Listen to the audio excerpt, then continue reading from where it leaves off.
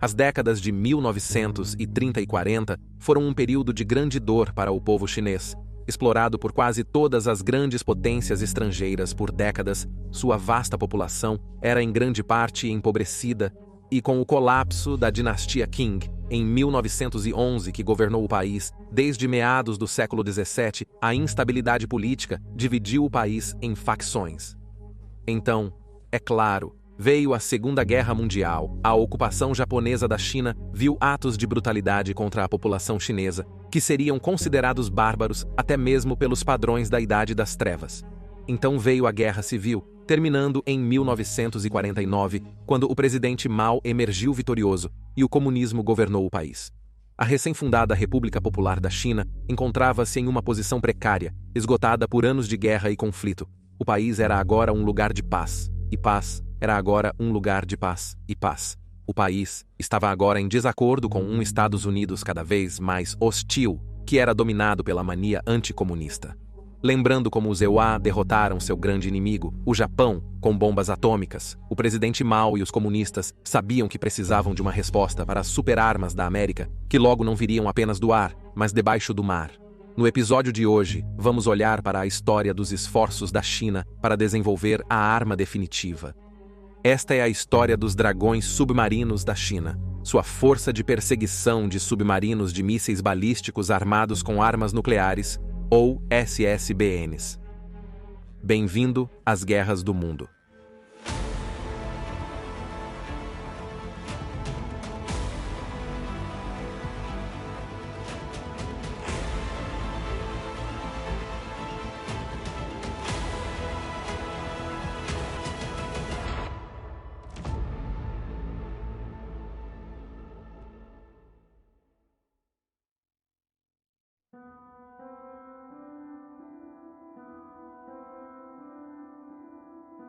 Após o conflito entre as forças chinesas e taiwanesas sobre as ilhas Quemoy e Matsu, de 1954 a 1955, Mao viu como essencial o desenvolvimento do programa nuclear chinês.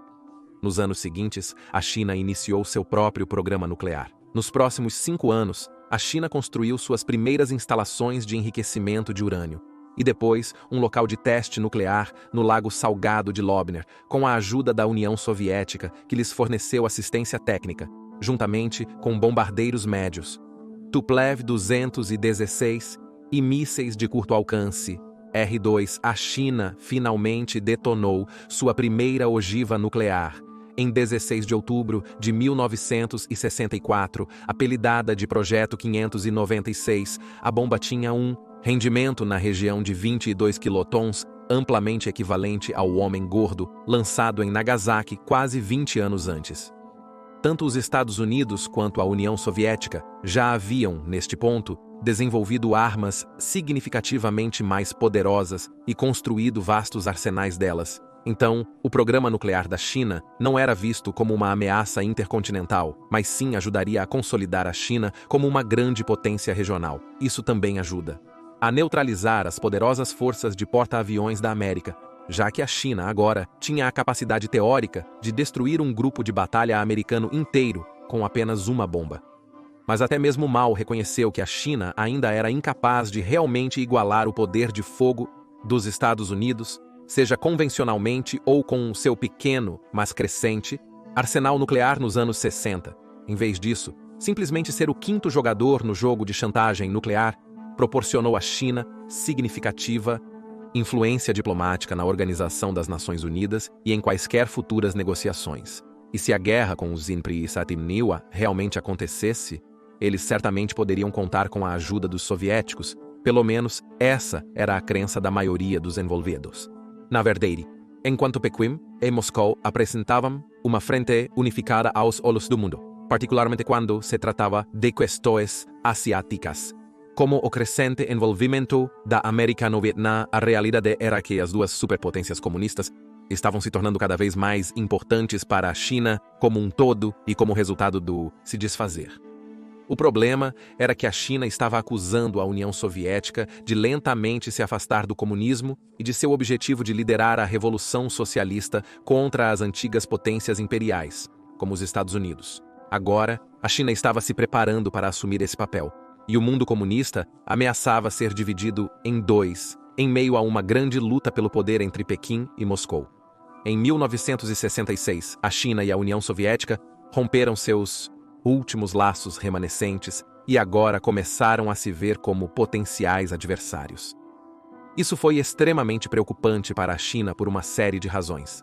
Primeiramente, o complexo militar chinês dependia fortemente da produção de designs soviéticos para armas, poupando assim a China do tempo e do custo financeiro de desenvolver suas próprias armas. Sem novos designs soviéticos para tanques, aeronaves e navios de guerra, a China foi forçada a manter projetos antigos por muito mais tempo do que os soviéticos ou americanos, deixando-os a depender do puro peso dos números em batalha, em oposição à qualidade de suas armas. Em segundo lugar, as armas nucleares chinesas ainda estavam em sua infância, enquanto seus métodos de entrega dessas armas nucleares estavam se tornando obsoletos diante de um sistema de armas americano mais avançado. Bombardeiros chineses como o 216 eram especialmente vulneráveis a caças supersônicos ou defesas baseadas em terra, enquanto os mísseis balísticos terrestres chineses ainda eram imaturos e suas bases vulneráveis a ataques surpresa. Em terceiro lugar, a China agora enfrentava ameaças de quase todas as direções. A União Soviética, os Estados Unidos, o Japão, Taiwan, as Filipinas, a Coreia do Sul e o crescente poder da Índia tinham todos os olhos em territórios cobiçados por Pequim, e qualquer um deles poderia provocar uma guerra regional ou até global potencialmente devastadora. No final da década de 1960, os chineses sentiram que precisavam agir rapidamente para garantir sua sobrevivência e manter sua influência sobre a região. E estava claro do que eles precisavam: uma força de submarinos de mísseis balísticos que poderia fornecer à China sua própria dissuasão nuclear submarina furtiva.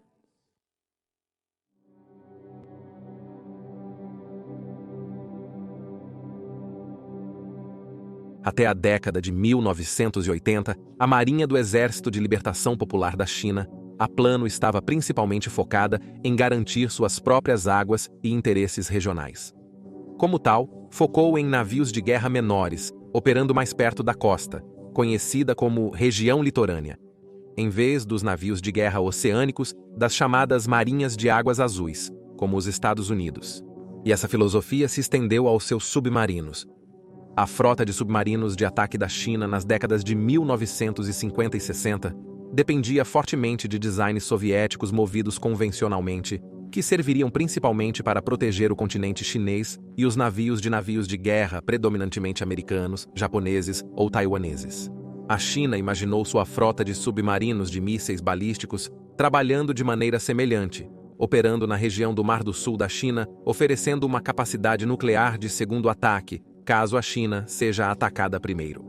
A ameaça de tais submarinos infligirem enormes danos a uma força atacante ou país próximo desencorajaria, em teoria, qualquer agressor de atacar a China em primeiro lugar.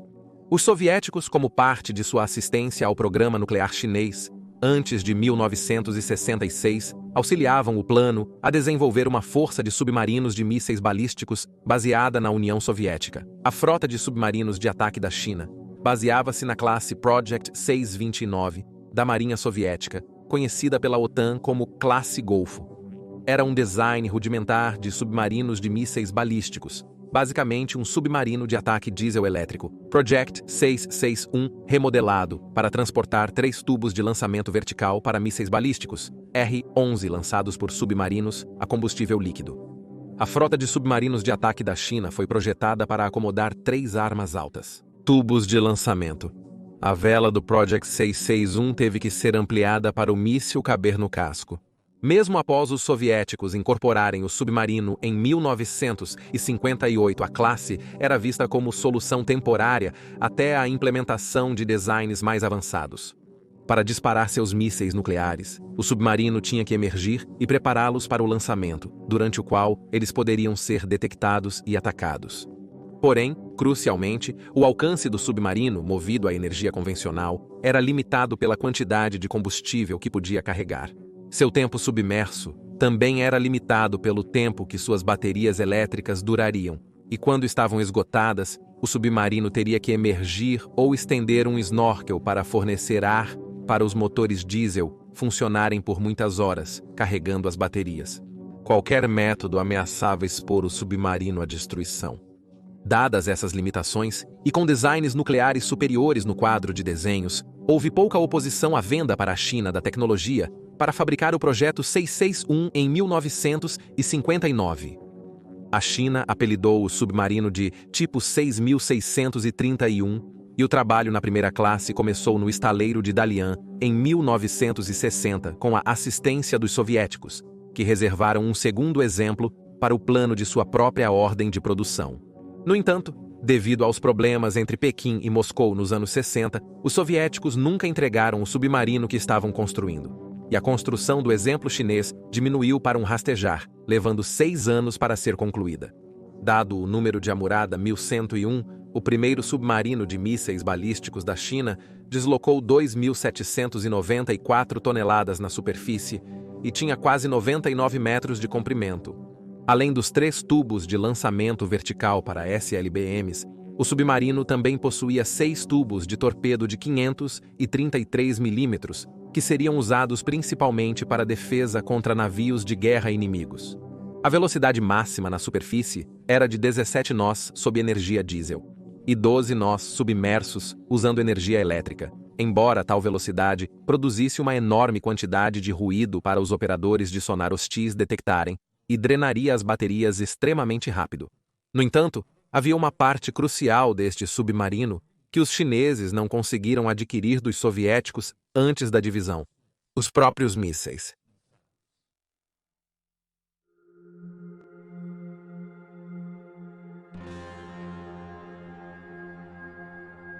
Qualquer submarino de mísseis balísticos é inútil, a menos que tenha mísseis para disparar. Os chineses iniciaram o trabalho na versão chinesa do projeto 629, não tendo recebido os mísseis. Os chineses iniciaram a versão do projeto 629 e um míssil para seus submarinos balísticos. Apelidado de Zhulang-1, que significa onda gigante 1, o míssil era um design de 2 estágios alimentado por combustível sólido, capaz de transportar uma única ogiva, com um rendimento na faixa de 250 a 500 quilotons, para um alcance de 1.056 milhas. O alcance se tornava cada vez mais crucial para os engenheiros chineses, visando fornecer um design eficaz de míssil submarino. As crescentes capacidades de submarinos da China e a localização de 2 grandes bases de submarinos soviéticos em Vladivostok e Nakodka, no Mar do Japão, levaram os Estados Unidos e o Japão a desenvolver um intrincado sistema de detecção submarina ao longo da costa do sul e leste da Ásia. A ideia era tornar impossível para os submarinos chineses ou soviéticos saírem de seus portos sem serem detectados e rastreados por navios de guerra antissubmarinos. O projeto conjunto entre UEA e Japão começou em 1957 com uma estação experimental sendo estabelecida em Hokkaido, Japão. E nas décadas seguintes, a rede de sensores acústicos, apelidada de Fish Hook, se estenderia da Península Coreana oeste das Filipinas através do Mar de Java e até o Oceano Índico. Milhares de milhas de cabos submarinos foram colocados no leito do mar, aos quais estavam anexados centenas de sensores acústicos que escutavam o som de submarinos chineses ou soviéticos. Os sons eram então transmitidos de volta para estações no Japão, que os retransmitiam por satélite para analistas nos Estados Unidos. O resultado dessa rede de sensores na força de submarinos de mísseis balísticos do plano fetal, eles provavelmente teriam que ficar perto do território chinês para permanecer na superfície do mar, um fator não detectado durante períodos de tensão elevada. Isso ainda lhes proporcionava milhares de milhas de oceano para se esconder e cobertura aérea da Força Aérea e Naval Chinesa, mas isso reduzia os parâmetros de busca para um grupo anti-submarino localizá-los e, crucialmente para os americanos, limitava as chances de qualquer submarino de mísseis balísticos chinês navegando para o Pacífico para colocar suas armas em alcance para ameaçar diretamente os Estados Unidos. Mas tais considerações de águas profundas ainda estavam longe das mentes da liderança do plano, que se concentrava na dominação regional como sua principal doutrina militar. Infelizmente, comparado aos mísseis R-11F originais nos submarinos soviéticos, o míssil de onda enorme era mais largo em diâmetro e, como tal, não podia ser encaixado nos 3 tubos de lançamento vertical do 1101. Isso exigiu a remoção de um tubo para caber apenas 2 mísseis de onda enorme no casco.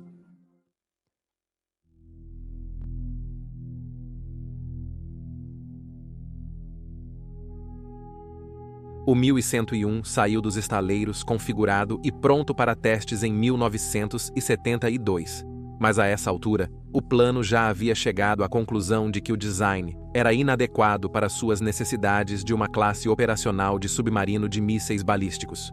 Portanto, começou-se a trabalhar em um sucessor que não apenas incorporaria todas as lições aprendidas com o serviço do 1101, mas também seria movido à energia nuclear.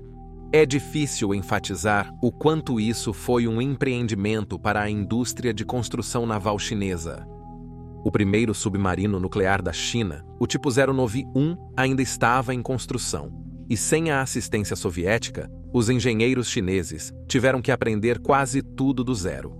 No entanto, eles finalizaram o design para o primeiro submarino de mísseis balísticos nucleares do plano, ou SSBN, em 1978, e a construção começou a sério logo depois. Enquanto isso, os testes do enorme míssil de onda que armaria o Tipo 92 continuaram. Para ajudar com o programa Tipo 09, o 1101 foi novamente redesenhado em 1978, desta vez para finalmente dar ao submarino a capacidade de disparar mísseis enquanto subverte o míssil. No entanto, o submarino foi posteriormente reclassificado como Tipo 031 e recebeu o apelido de Grande Muralha, tornando-se geralmente conhecido como Grande Muralha 200. A enorme onda realizou seu primeiro teste de lançamento em 30 de abril de 1982, sendo disparada de um pontão submerso, seguido por um lançamento bem-sucedido da Grande Muralha 200 no Mar Amarelo em 12 de outubro. Em 1981, foi concluído o primeiro submarino indígena da China movido a energia nuclear e com mísseis balísticos. Designado Tipo 92 e codinomeado Classe Zia pela inteligência da OTAN, seu design tinha uma certa semelhança com a classe Delta de submarinos da Marinha Soviética, com uma corcova pronunciada sendo a vela, contendo o topo do compartimento de mísseis. Deslocando uma estimativa de 8.000 toneladas submersas, o novo submarino era 21 metros mais longo que o Grande Muralha 200. O novo submarino, projetado como um sub-sub, pode transportar 12 mísseis de onda gigante.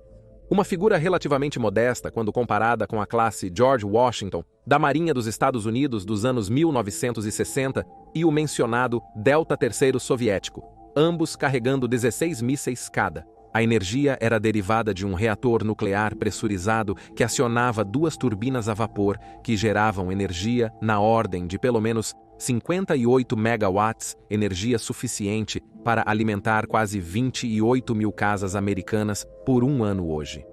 O Tipo 92 foi uma proeza de engenharia por parte dos chineses, sendo o primeiro SSBN a ser projetado e construído por uma nação asiática, e o maior submarino já construído na China. No entanto, apesar desses elogios, a inexperiência dos projetistas chineses e os métodos de construção envolvidos eram claros. O Tipo 92 foi atormentado por problemas de confiabilidade, preocupações significativas com a blindagem ao redor do reator do submarino. E os problemas não terminaram aí.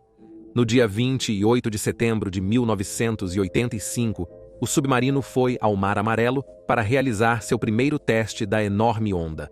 O míssil rompeu a superfície e acendeu o motor do foguete de primeiro estágio, mas depois se tornou extremamente instável e explodiu. Não seria até 1988 que o submarino realizou um lançamento bem-sucedido da enorme onda no mar. Apesar de ter sido declarado operacional em 1987, o único Tipo 092 supostamente nunca deixou a segurança das águas costeiras da China. Em vez disso, o submarino se tornou mais uma lição para os chineses na construção e operação de um SSBN. Está sendo empregado em várias funções de teste, incluindo a instalação de tecnologia ocidental importada durante um degelo das relações com os países ocidentais na década de 1980. Persistem rumores de que um segundo exemplar foi construído e depois perdido em um acidente, embora isso nunca tenha sido confirmado.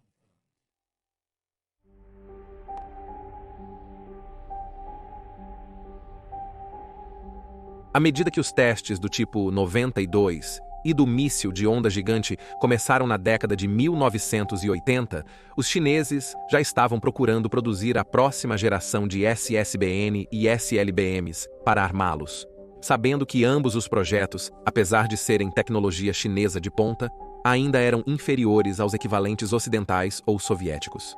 No início dos anos 1970, começou o trabalho em um novo míssil balístico intercontinental, que teria variantes terrestres e submarinas, e no último caso ofereceria uma melhoria acentuada em relação à onda gigante anterior, designado DF-31 e JL-2 para as variantes baseadas em terra e submarino respectivamente. O novo míssil era um projeto de 3 estágios alimentado por combustível sólido, com um alcance operacional de até 9.000 quilômetros ou 5.500 milhas.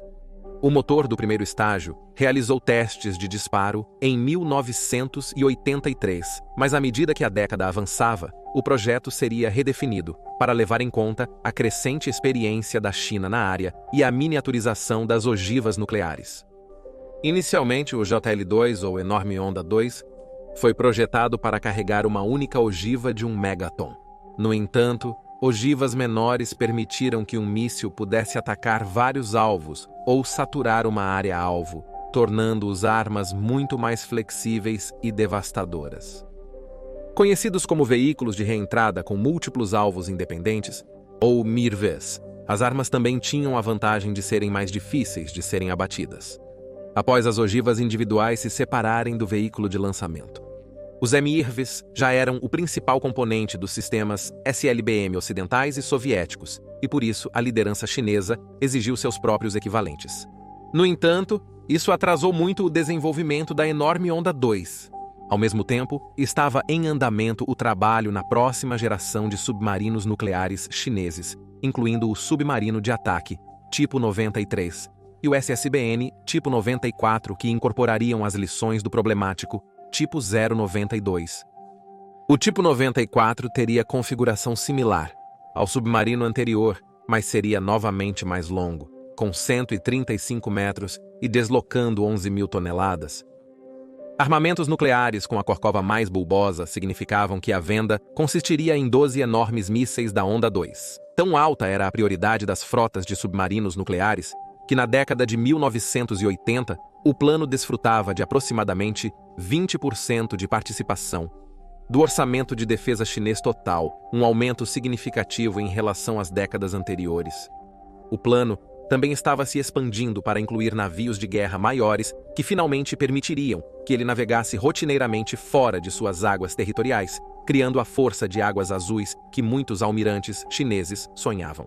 Além de projetar a influência chinesa mais para o mar, esses navios de superfície teriam um papel crucial na proteção dos novos SSBNs à medida que se aventuravam mais para o mar, para ameaçar qualquer potencial agressor, até mesmo o próprio território americano, se necessário.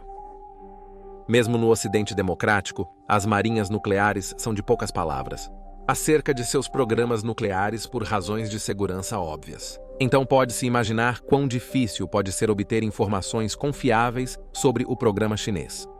As fontes variam quanto a quando este novo submarino conhecido como a classe Jin entrou em serviço, mas o primeiro exemplo deve ter navegado no início, a meados dos anos 2000, pois foi em 2006 que o mundo teve o primeiro vislumbre do novo navio de guerra, graças a imagens de satélite comerciais, tiradas de uma base naval chinesa. Nos anos seguintes, mais imagens confirmaram que o tipo 94 não era outro único como o 92, pois mais exemplos foram identificados, confirmando que a China agora finalmente estava empregando um dissuasor nuclear baseado em submarinos. Quanto à Enorme Onda 2, talvez seja um tanto apropriado que a arma que daria ao plano seu dissuasor fez o primeiro teste de lançamento no mar com o submarino Grande Muralha, 200 em junho de 2005. Quanto à enorme onda, 2 talvez, seja um tanto apropriado, que a arma que daria ao plano seu dissuasor realizou seu primeiro lançamento de teste no mar a partir do submarino Grande Muralha 200 em junho de 2005. O navio que iniciou o programa de submarinos de mísseis balísticos 40 anos atrás. O primeiro lançamento foi um sucesso, no entanto, no ano seguinte, outro teste provou ser um fracasso, atrasando a introdução das armas, até que outro teste de lançamento bem-sucedido foi realizado a partir do Grande Muralha 200 em 2008.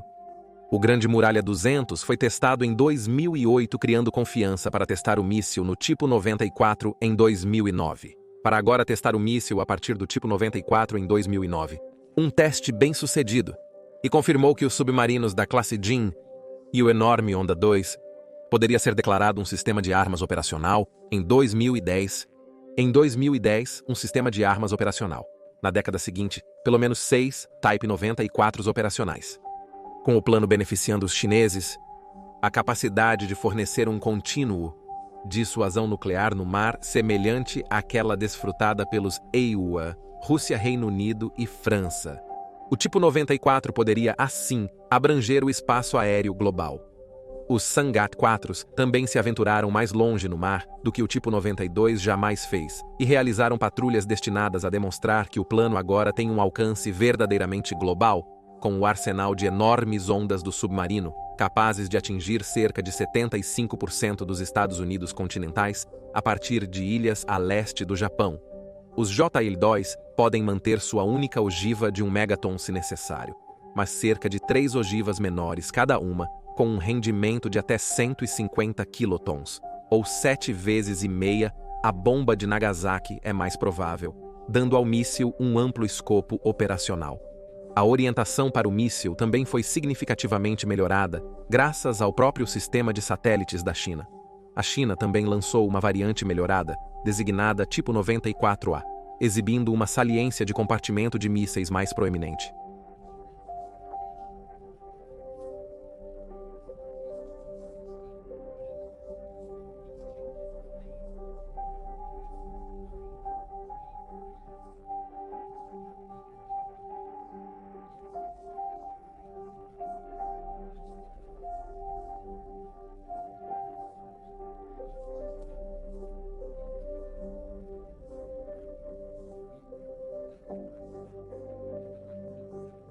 Pelos padrões modernos de SSBN, eles ainda são embarcações bastante barulhentas, aumentando a chance de detecção por forças antissubmarinas. No entanto, com sua capacidade de atacar a maior parte do sul e leste da Ásia a partir de seus próprios portos, se necessário, eles ainda representam uma ameaça significativa para os adversários da China na região, algo que alarmou particularmente a Índia, que agora está colocando seu próprio SSBN em campo no futuro, na forma do Ines Arahant.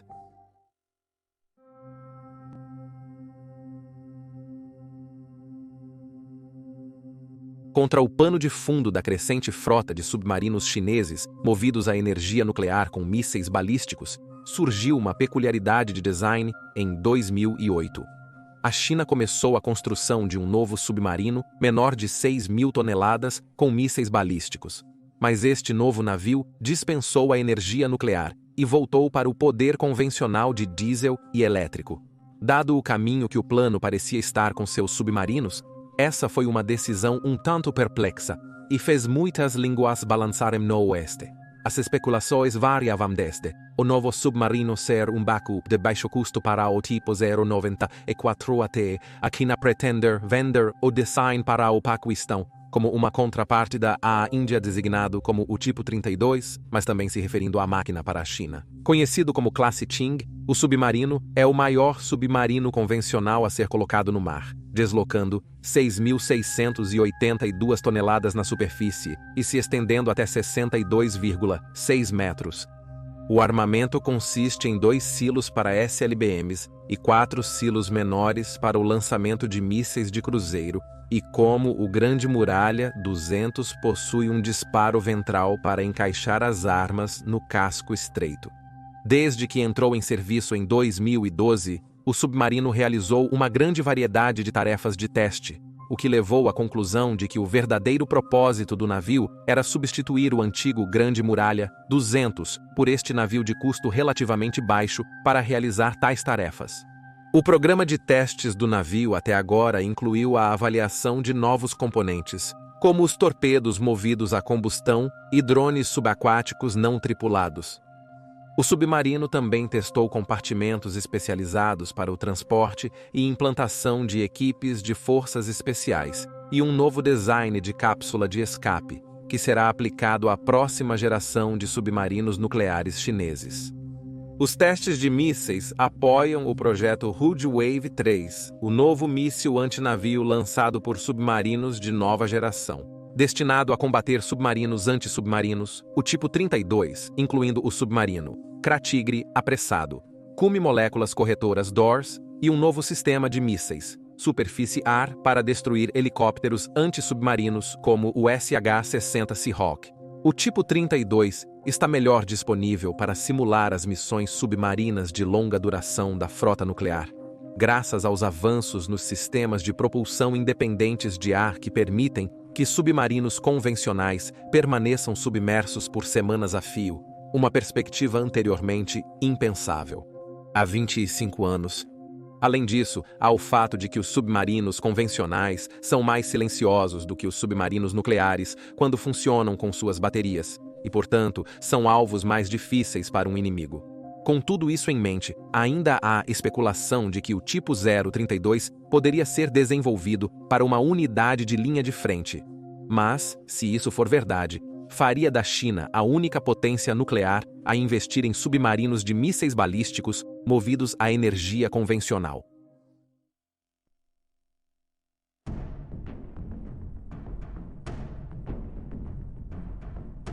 Em 24 de novembro de 2018, a China realizou seu primeiro teste bem-sucedido do enorme míssil Wave 3, e mais testes foram realizados em 2019 e 2020.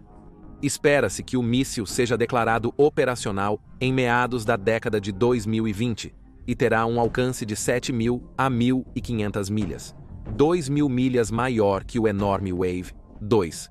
Antecipa-se que o míssil irá armar o SSBN tipo 096, que se rumora estar em desenvolvimento, e é dito ser equivalente à classe Ohio do Zikawa, embora as informações sejam escassas e, por vezes, altamente especulativas. Enquanto isso, os tipo 94 continuarão fornecendo à China uma usina nuclear contínua no mar.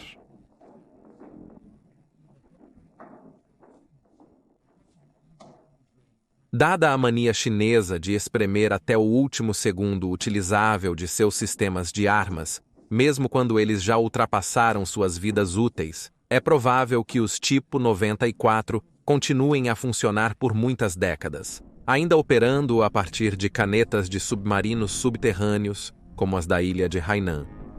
A crescente capacidade de submarinos com mísseis balísticos da China tem sido uma fonte constante de preocupação para a região, especialmente Taiwan, Japão, Índia e Estados Unidos. Em janeiro de 2021, foi relatado na Índia que o país estava trabalhando com os Estados Unidos e o Japão para estender o equivalente moderno do sistema de anzol para as águas indianas, não apenas como uma contramedida contra submarinos, como o tipo 94, mas também contra o uso de coleta de inteligência submarina pela China.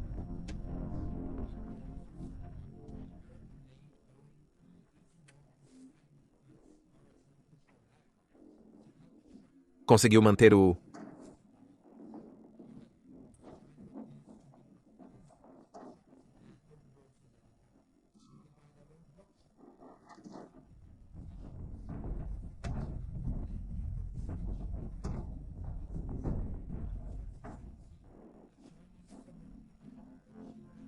Descreveu em um artigo a situação em que se encontrava, ou seja, que os Etimpora e o Japão estavam tentando bloquear seus submarinos nos portos com seus sensores elaborados, e por isso era imperativo que seus submarinos operassem mais distante no mar e, de fato, ao redor do globo, para manter sua eficácia a uma distância onde podem se tornar alvos mais difíceis de serem alcançados. Para alcançar isso, O artigo especifica que o apoio aliado de nações clientes chinesas, como as da África ou América do Sul, seria essencial para o reabastecimento ou até mesmo a base desses submarinos.